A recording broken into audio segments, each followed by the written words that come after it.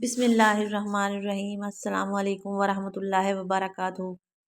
آج کے اس واقعہ میں ہمیں سبق ملتا ہے کہ اپنے فائدے کے لیے یا رعایا پر روک ڈالنے کے لیے یا اپنی حکومت کو طول دینے کے لیے کسی کا ناحق قتل یا کسی بھی قسم کا نقصان نہیں پہنچانا چاہیے اور نہ ہی ایسا سوچنا چاہیے۔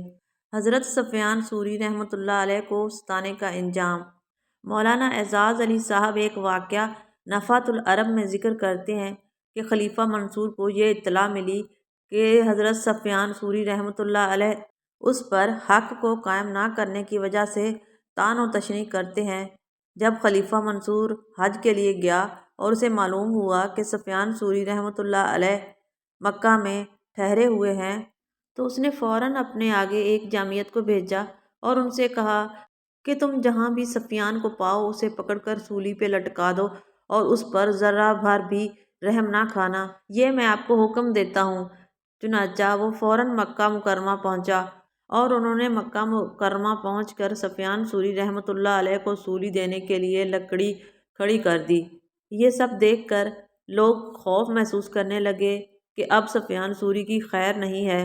اس وقت حضرت سفیان ثوری رحمۃ اللہ علیہ مسجد میں اس حالت میں تشریف رکھتے تھے کہ آپ کا سر حضرت فضیل بن عیاض رحمۃ اللہ علیہ کی گود میں تھا اور پاؤں حضرت سفیان بن عینیہ کی گود میں تھے۔ لوگوں نے حضرت سفیان ثوری کو اطلاع دی کہ خلیفہ منصور نے آپ کو سولی پر چڑھانے کے لیے آدمی بھیج دیے ہیں اور آپ کو سولی پر چڑھانے کے لیے ایک لکڑی بھی کھڑی کر دی ہے۔ آپ کے رفقا نے آپ کے بارے میں کسی بھی اندیشہ کے پیش نظر آپ سے کہا کہ آپ ہمارے دشمنوں کو اپنے اوپر قابو پانے کا موقع دے کر خوش نہ کیجیے، فوراً یہاں سے اٹھ کر کہیں چھپ جائیے تاکہ آپ کو کسی قسم کا نقصان نہ ہو۔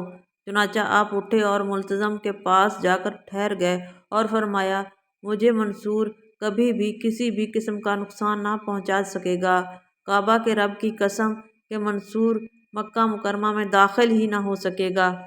حالانکہ منصور جبل ہجوں مکہ مکرمہ کی ایک پہاڑی کے قریب ہی پہنچ چکا تھا اور لوگوں نے ایک عجیب منظر دیکھا۔ جب منصور جبل ہجوں پہنچا تو اس کی سواری پھسل گئی اور منصور سواری کی پیٹھ سے گرتے ہی مر گیا۔